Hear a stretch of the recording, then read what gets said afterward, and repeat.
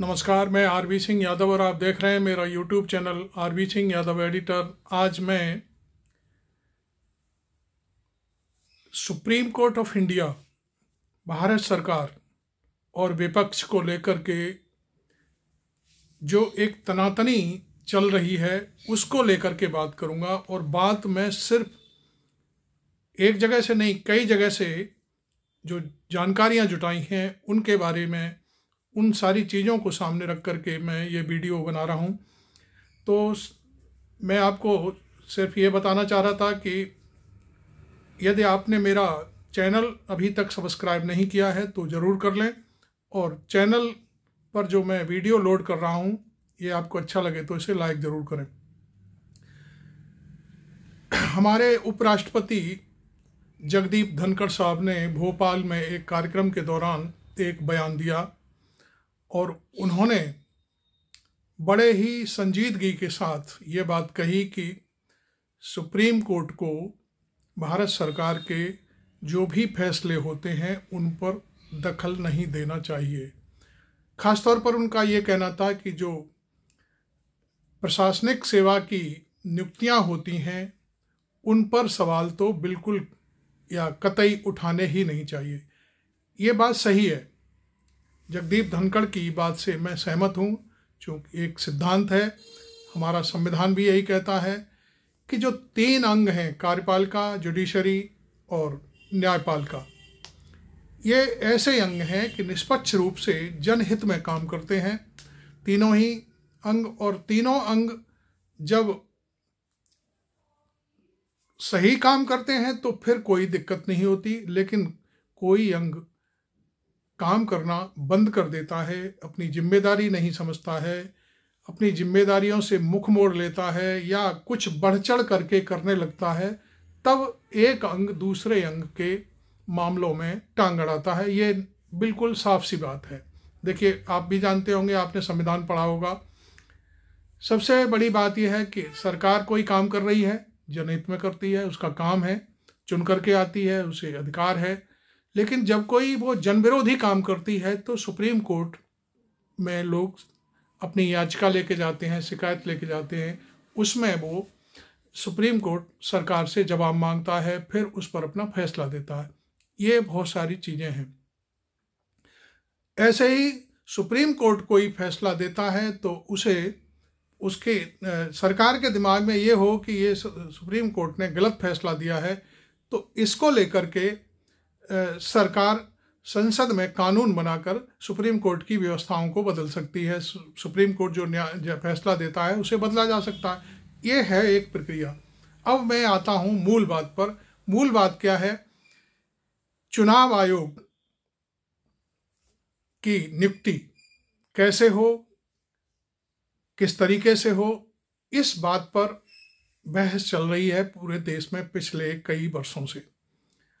और पहले व्यवस्था, जो संवैधानिक व्यवस्था थी, वो ये थी कि जब चुनाव आयोग की नियुक्ति की जाती है या सीबीआई डायरेक्टर की नियुक्ति की जाती है तो उसमें प्रधानमंत्री, विपक्ष के नेता, जो लोकसभा में विपक्ष के नेता होते हैं वो, और एक न्यूट्रल के रूप में CJI, chief justice of India, शामिल होते हैं।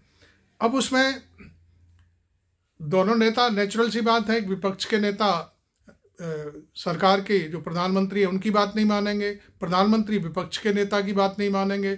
सहमति बन जाए वो अलग बात है, लेकिन जब दोनों में एक ही पलड़े में बैठ करके इधर से उधर हिलेगा तो उस पलड़े को सीधा, या ये कहना चाहिए डंडी को एकदम सीधा करने के लिए सीजीआई उसमें अपना वोट देते हैं, और फिर उनका वोट चाहे विपक्ष के पक्ष में जाए या प्रधानमंत्री के पक्ष में जाए, वो फैसला वहाँ मान लिया जाता है। ये एक प्रक्रिया है।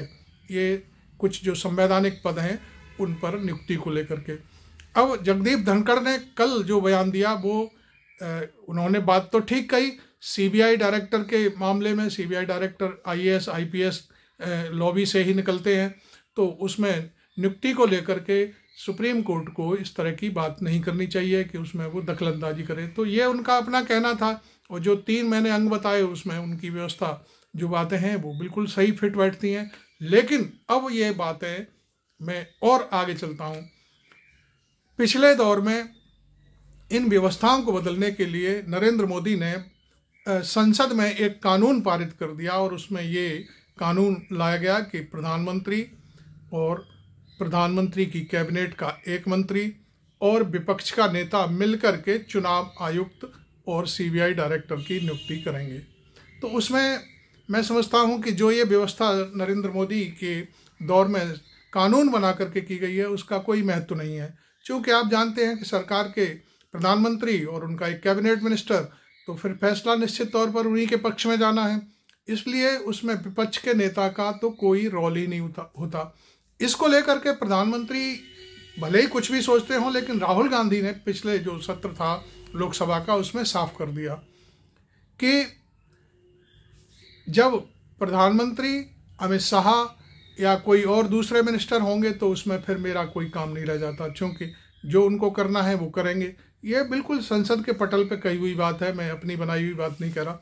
तो ये चीज़ चल रही है और इसमें एक याचिका सुप्रीम कोर्ट में डाली गई है कि आपने ये व्यवस्था जो संवैधानिक व्यवस्था थी शुरू से कि प्रधानमंत्री, विपक्ष के नेता और CJI chief justice of India किसी भी संवैधानिक नियुक्ति को करते थे तब इनका रोल होता था, वो व्यवस्था क्यों बदली गई।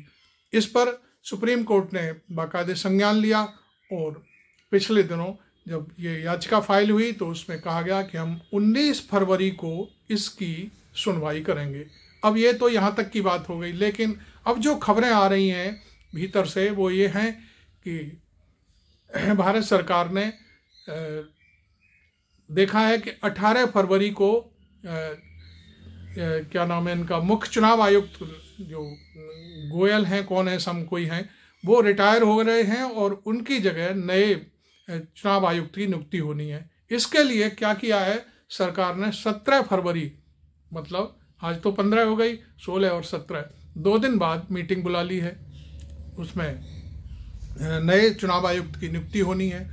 तो अब सवाल फिर वही उठता है कि जो राहुल गांधी ने मसला उठाया है लोकसभा में कि जब प्रधानमंत्री और अमित शाह होंगे तो उसमें फिर मेरा क्या रोल रहेगा, इसलिए इस मीटिंग का कोई महत्व नहीं होता। अब हड़बड़ी में सरकार ने इस तरह की मीटिंग क्यों बुला ली, जब सरकार को मालूम है कोई ऐसी छिपी हुई बात तो है नहीं कि सुप्रीम कोर्ट इस मामले में 19 फरवरी को सुनवाई करेगा। अरे भाई, सरकार को चाहिए था कि उस तारीख का वेट कर लेते, सुप्रीम कोर्ट क्या फैसला देता है, क्या करना होता है।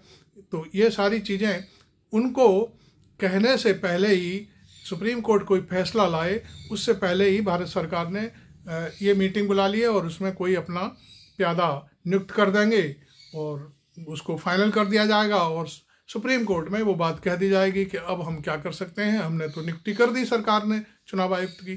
तो इस तरह की जो चीज़ें हैं हड़बड़ी में जो चल रही हैं उनके ऊपर ये वीडियो मैंने बनाया था।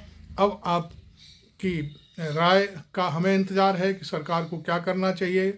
आप इसमें कमेंट बॉक्स में आकर के हमें लिख सकते हैं, बोल सकते हैं कि क्या करना चाहिए, सरकार को ये मीटिंग बुलानी चाहिए या नए चुनाव आयुक्त की नियुक्ति करनी चाहिए। आपको मालूम तो है ही कि ये कोई मसला आज का नहीं है, पिछले कई सालों से ये मसला चला आ रहा है, क्योंकि जब भी चुनाव होते हैं तब चुनाव आयुक्त वाइस्ड होकर के काम करते हैं। इस तरह का आरोप विपक्ष हमेशा लगाता रहा है, ईवीएम का हो चाहे किसी भी चीज़ का हो।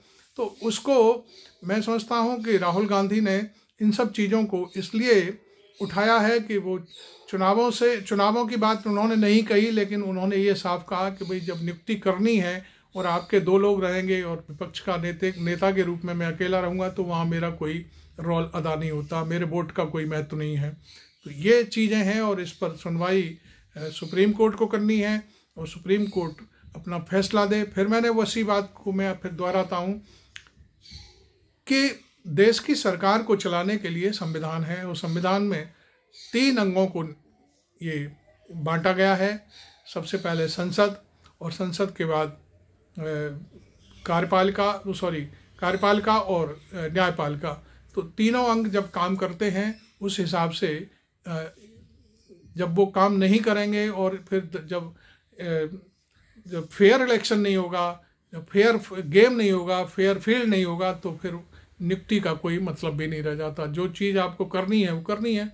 और बीच में वैसे जगदीप धनखड़ साहब इस बात के लिए कहीं भी कह सकते थे, कभी भी कह सकते थे, लेकिन चूंकि मामला अभी अटका पड़ा है और 18 तारीख को रिटायरमेंट है मुख्य चुनाव आयुक्त का, तो उसको लेकर के ऐसे समय में ये बयान देना उनका बिल्कुल किशोर इशारा करता है। भले ही उन्होंने सीबीआई डायरेक्टर को लेकर के बात कही है, लेकिन ये इशारा चुनाव आयुक्त की नियुक्ति को लेकर है और सुप्रीम कोर्ट के ऊपर उन्होंने सवाल उठाने की कोशिश की है, ऐसा प्रतीत हो रहा है। मेरा अपना मानना है कि जब भी संवैधानिक नियुक्तियां होती हैं, चुनाव आयुक्त है, देश में चुनाव कराता है, सीबीआई चीफ है, वो जांच एजेंसी है, ये सारी चीज़ें इसलिए होती हैं कि जनहित के काम होने चाहिए और ये सरकार के नियंत्रण से मुक्त होने चाहिए। उसमें यह नहीं होना चाहिए कि हमने आपकी नियुक्ति की है तो आप हमारे हिसाब से काम करिए। ऐसे ही चुनाव एक ऐसी प्रक्रिया है कि जिसके जरिए पूरे देश में सरकार बन के आती है। यदि चुनाव में बेईमानी होने लगे, चुनाव में सारी चीज़ें घपलेबाजी होने लगे, तो फिर वो सरकार भी, मैं समझता हूँ, घपलेबाजी ही सरकार होगी। क्योंकि जब कोई फेयर इलेक्शन नहीं होगा तो निश्चित तौर पर ये व्यवस्था होगी। तो मैं समझता हूँ बाबा साहब भीमराव अंबेडकर का जो संविधान है उसमें इसीलिए ये प्रक्रिया दी गई थी कि जब कोई संवैधानिक नियुक्ति हो तो उसको फेयर किया जाए, और फेयर होगी, उस पर नियुक्त व्यक्ति फेयर होगा तो निश्चित तौर पर काम भी फेयर करेगा। तो ये सारी चीज़ें थी। खैर, हमें आपको ये सूचना देनी थी और इस तरह का कार्यक्रम एक चल रहा है देश में, भीतर भीतर सारी चीज़ें हैं। अब आपको इस मामले में आपकी क्या राय है आप ज़रूर लिख सकते हैं, और मैं चाहूँगा कि आपको वीडियो अच्छा लगा हो तो इसे लाइक करें और चैनल को सब्सक्राइब ज़रूर कर लें। चैनल सब्सक्राइब करने में बिल्कुल पैसा नहीं लगता, बिल्कुल भी, लेकिन यह है कि हाँ, हम जब आप एक सब्सक्राइब देते हैं तो हमें लगता है कि हमें लोग हमारी पत्रकारिता को पसंद करते हैं। Thank you very much. मैं आरबी सिंह यादव।